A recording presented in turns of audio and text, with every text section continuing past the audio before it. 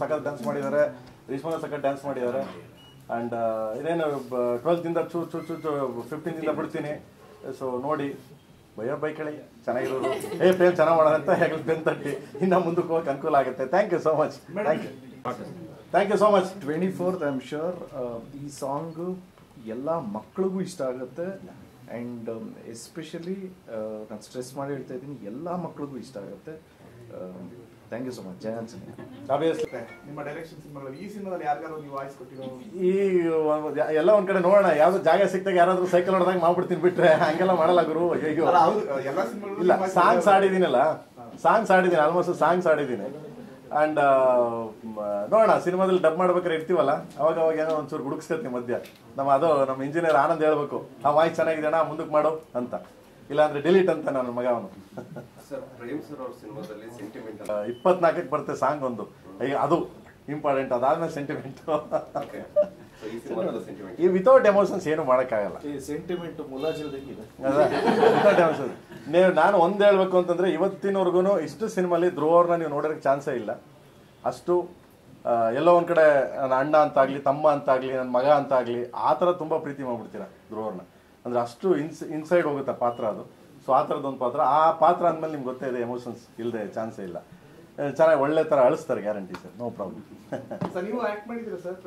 ಇಲ್ಲಪ್ಪ, ಏನೋ ನಮ್ಮ ಮೈದಾನ ನಮ್ಮ ಹೀರೋ ನನ್ಗೆ ಹಾಕ್ಬೇಕು. ಸರ್ ಪ್ರಮೋಷನ್ ಅಂತ ಬಂದಾಗ ಇಡೀ ಇಂಡಸ್ಟ್ರಿ ಎಕ್ಸಾಂಪಲ್ ಫಸ್ಟ್ ಪ್ರೇಮ್ಸ್ ಅಂತ ಹೇಳ್ತಾರೆ ಸರ್. ಈ ಸಿನಿಮಾಗೆ ಇವಾಗೆ ಸ್ಟಾರ್ಟ್ ಮಾಡ್ಕೊಂಡ್ಬಿಟ್ಟಿದ್ರು ಆಲ್ರೆಡಿ ಪ್ರಮೋಷನ್.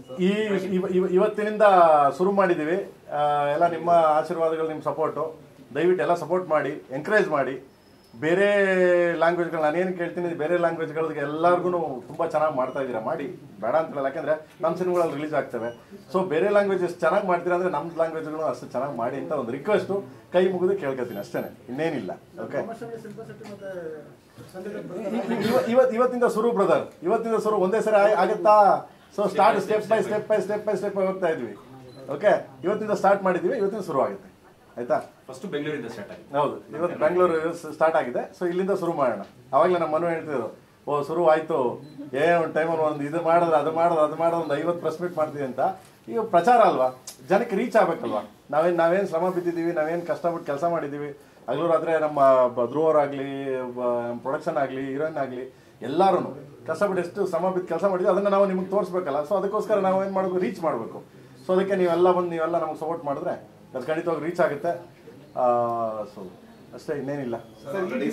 ಫಿಕ್ಸ್ ಆಗಿತ್ತು ಸಿನಿಮಾ ರಿಲೀಸ್ ಅಂತ ಎಲ್ಲ ಅನ್ಕೊಂಡಿದ್ರು ಇಂಡಸ್ಟ್ರಿಲಿ, ಬಟ್ ಸ್ವಲ್ಪ ಮುಂದೆ ಕಾರಣ ಏನಿಲ್ಲ, ಶೂಟಿಂಗ್ ನಡೀತಾ ಇದೆ, ಟೆಕ್ನಿಕಲ್ ಇದು ಗ್ರಾಫಿಕ್ಸ್ ನಡೀತಾ ಇದೆ ಕೆಲಸ, ಆಮೇಲೆ ಸಾಂಗ್ಸ್ಗಳ ಕೆಲಸ ನಡೀತಾ ಇದೆ. ಏನು ಕಾರಣ ಅಂತ ಏನಿಲ್ಲಪ್ಪ, ಸಿನಿಮಾ ಶುರು ಮಾಡಿದ್ವಿ, ಮುಗಿತಾ ಬಂತು. ನಮ್ಮದೇನಿಲ್ಲ, ಒಂದೇ ಸ್ಟ್ರೆಚಲ್ಲಿ ಬಂದು ಶೂಟಿಂಗ್ ಮಾಡಿಕೊಟ್ರು.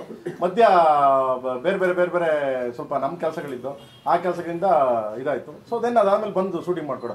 ನಾವು ಯಾವ ಟೈಮಿಗೆ ಕರೆದು ಬಂದು ಶೂಟಿಂಗ್ ಮಾಡಿಕೊಡೋ, ಏನು ತೊಂದರೆ ಇಲ್ಲ. Okay,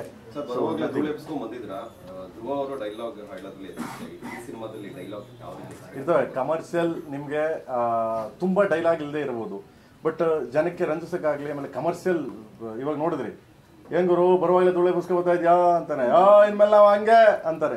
so like kind of dialogue ಯಾರು ಚಿಕ್ಕದದು, ಬಟ್ ಬೇರೆ ಥರ ತುಂಬ ಇದೆ, ಬಟ್ ಎಮೋಷನಲ್ ಇದೆ, ಆ ಟಚ್ ಆಗುತ್ತೆ. ಸೊ ಪ್ರತಿಯೊಂದು ಮನೆಗೂ ರೀಚ್ ಆಗೋಂಥ ಒಂದು ಕಂಟೆಂಟು ಇದು. ಮತ್ತೆ ಅಷ್ಟೇನಾ?